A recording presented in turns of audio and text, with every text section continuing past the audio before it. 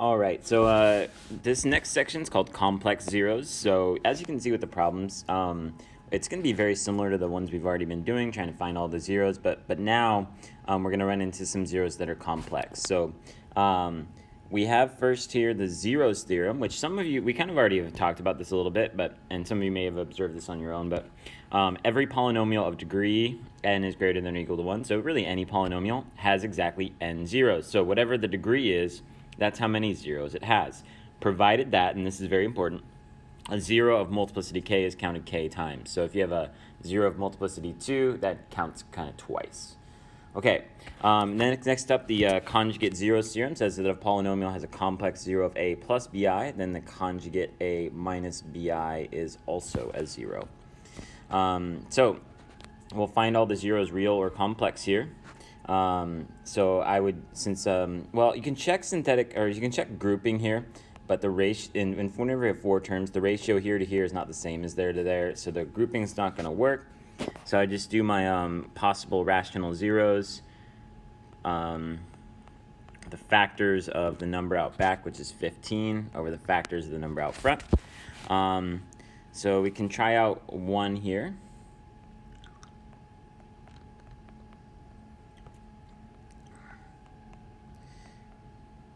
That is not going to work. So I'll go ahead and try out 3.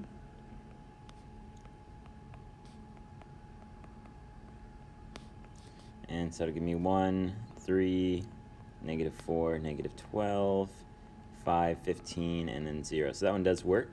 So I have x minus 3 times x squared minus 4x plus 5. And so I can try to think of 2 numbers and multiply to 5 and add to negative 4. But actually, the numbers don't work for that. If you're thinking 5 or negative 5 and 1, that's not going to multiply to a positive 5. So I am going to have to use quadratic formula here. So I'm going to say x equals negative b, so that's going to be positive 4 plus or minus the square root of b squared minus 4ac all over 2 times a.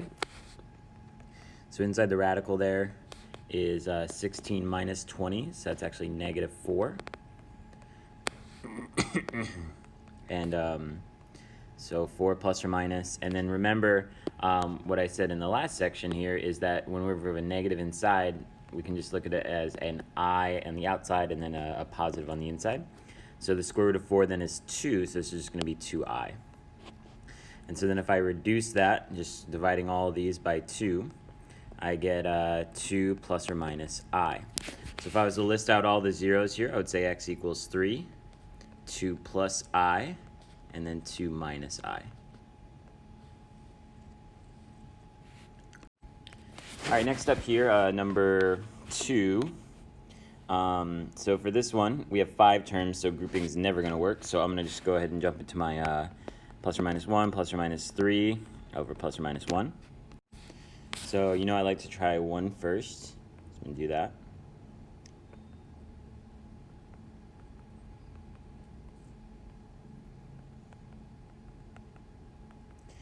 And yeah, that's not going to work because I can see it's just getting more and more negative here. So let's switch over to negative 1. Could have tried 3 as well. I don't know. So get 1, negative 3, 3, 1, negative 1, negative 3, 3, and 0. So that one did work. And the other thing I noticed is that I have 4 leftovers and they are in the same ratio. So I think factoring by grouping would work. So this would be x to the third minus 3x squared plus x minus 3. So I'll group those up. First group I can take out an x squared, leaving me with x minus 3. Second group I can take out a positive 1, leaving me with x minus 3. So I can write this as x squared plus 1 times x minus 3. And then I'm going to put the x plus 1 up here for the negative 1 that worked above. So I would solve the x squared plus 1 equals 0 over here. So if you take a square root on each side, then you would say x equals plus or minus, I would just call that I, because that's literally the square root of negative 1. So I'd say my zeros here are negative 1, I, negative I, and 3. They did put a graph here, and so I'm going to go ahead and graph it. And the big thing about the imaginary zeros is that they are not graphed on the real number plane. So I just graph the real zeros with that end behavior. All right, we're going to do some factoring here and finding all zeros. So 625, this is actually a perfect square. So I'm going to write that as the difference of perfect squares here. So I can get 25x squared and 9, 25x squared and 9, and we'll have 1 plus and 1 minus. Now, I think we all know that then we can break down the 25x squared minus 9 even further here by calling it 5x plus 3 and 5x minus 3, as that's the difference of perfect squares. Now, the other one here, you've kind of been told your whole life that you cannot break that down any further because it's the sum of perfect squares, but I'm here to tell you now that from now on you actually can break that down further when you have the sum of perfect squares. It's really going to be the same, and that's why I put this one first. It's going to be the same as the 25x squared minus 9, except that there's just going to be an I attached at the end. So watch how I do this. I'm going to do it 5x plus 3i, 5x minus 3i. And so that's my answer there for the fully factored form using i's. And the reason that works, if you kind of think about it here, if you multiply these back together, and you could actually do that using, I'm going to use a box here, so 5x plus 3i, 5x minus 3i. And we know that these are conjugates, so we can fool them anyway, but this would be 25x squared. These two would cancel out, that's the O and the I, so you could check them, but they're going to cancel out every time. And this would be negative 9i squared. Well, what is negative 9i squared? It's positive 9. So since they multiplied back together, we are allowed to factor that. And this actually allows you to see your zeros very easily. So we know this one's 3 over 5. This one's negative 3 over 5. And so same here, this one would be 3 over 5i. And this one would be negative 3 over 5i. So those are my zeros. All right, next up, number 4. Number 4 is a trinomial here, and the second power is half of the first power, so we are able to use a diamond here. So we're trying to multiply to negative 100 and add to negative 21. So that sounds like 25 and 4, with the 25 being negative. And you could use the grouping technique here. I'm just going to do the shortcut, but I know that it has to be x squared plus 4 and x squared minus 25 because it's got to multiply to that x to the 4th. And then we can actually break both of these down further. So this one's the old school one that you should have known before, x plus 5x minus 5. And then this is kind of the new idea, which is x plus 2i, x minus 2i. And so, like I said, with that x squared plus 4, just think of it like it was x squared minus 4. And then if it's plus instead, just put the I at the end. Okay, so that's the factored form. And then here is going to be our zeros. We got negative 2i, we got positive 2i, we got negative 5, and we got positive 5.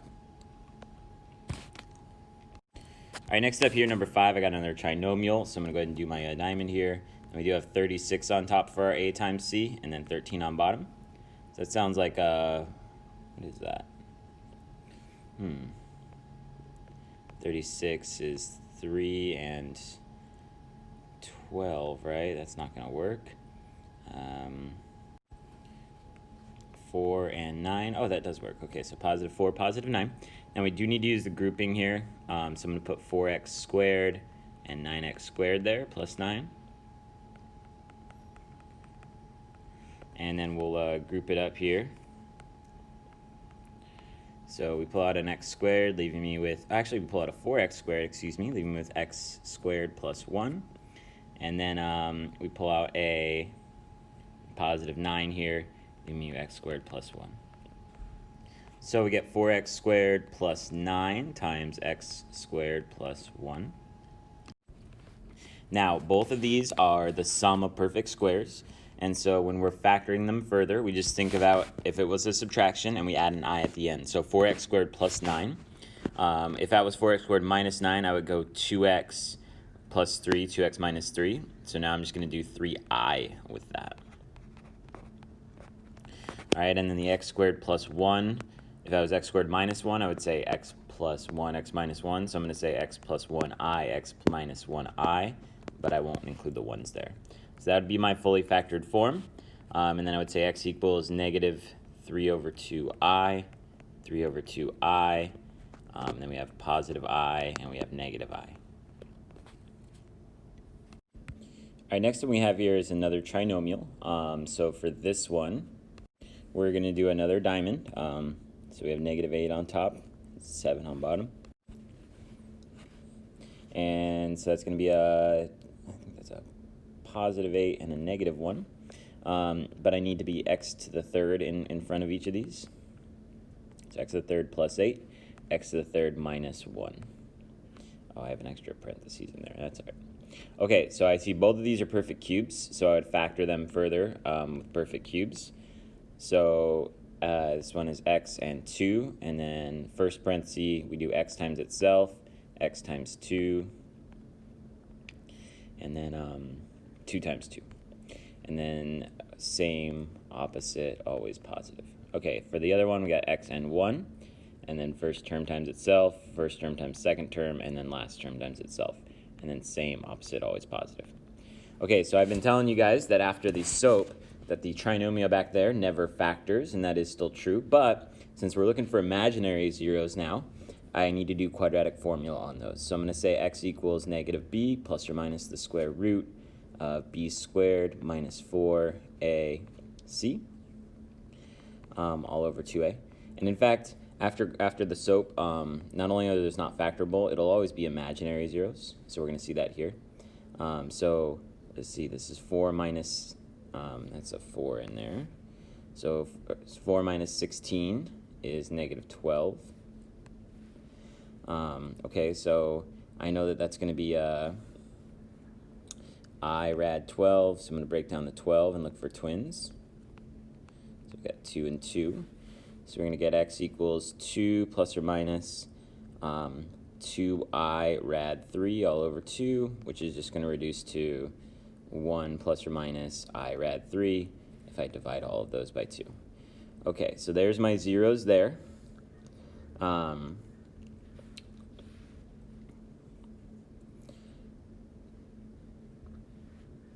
And so over here now, I'm going to list this as x equals negative 2, 1 plus I rad 3, 1 minus I rad 3. I know this one is 1, and then I need to do quadratic formula again for this one over here. So negative b plus or minus the square root of b squared minus 4ac all over 2a. It's negative 1 plus or minus the square root of negative 3 over 2. So that would just be negative 1 plus or minus I rad 3 over 2. Cannot reduce that one. So I'm just going to say negative 1 plus I rad 3 over 2, negative 1 minus I rad 3 over 2.